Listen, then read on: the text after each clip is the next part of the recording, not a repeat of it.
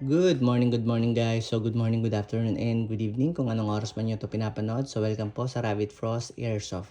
So for today's video, mag-unbox ulit tayo ng isang unit dito. Sasabihin ko lang po, isa na lang po itong unit na to, okay? Kailangan ko lang siya gawa ng vlog bago siya maubos.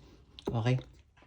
So what we have here is an airsoft gas blowback pistol. Uulitin ko, isa lang po itong airsoft gas blowback pistol.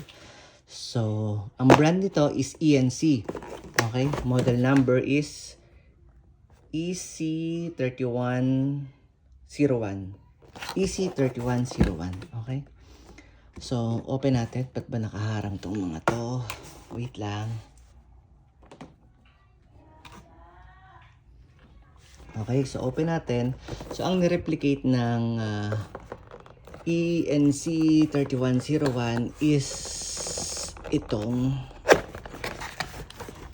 so pagbukas nyo, meron lang siyang kasamang silica gel at wala nang iba.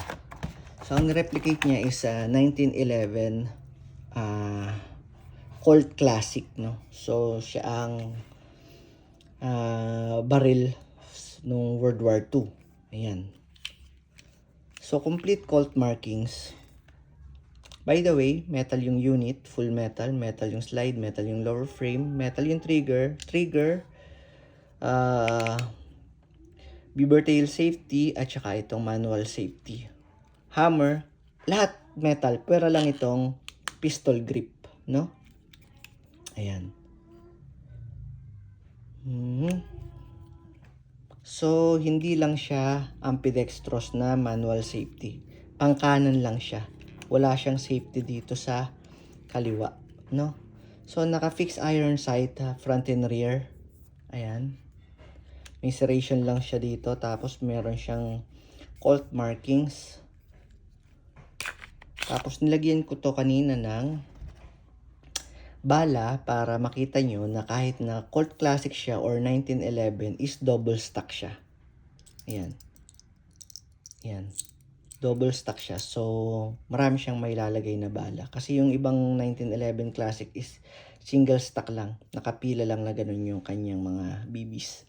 So, ito alternate. So, double stack siya. Solid metal magazine. Metal din yung kanyang magazine base plate na manipis lang. So, ito yung unit. Ayan.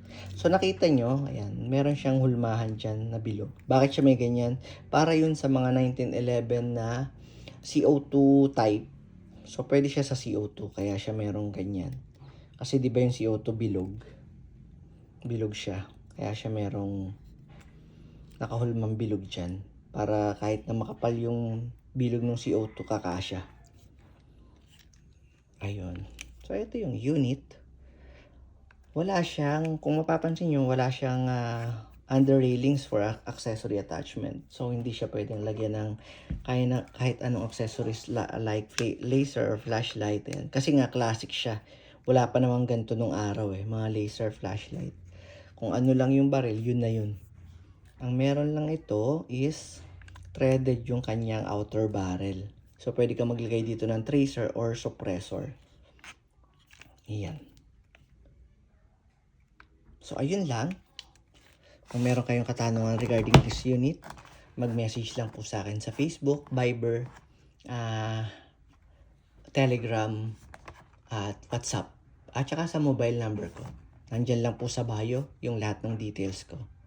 Anyway, maraming salamat po. Again, this is Rabbit Frost Airsoft. Maraming salamat.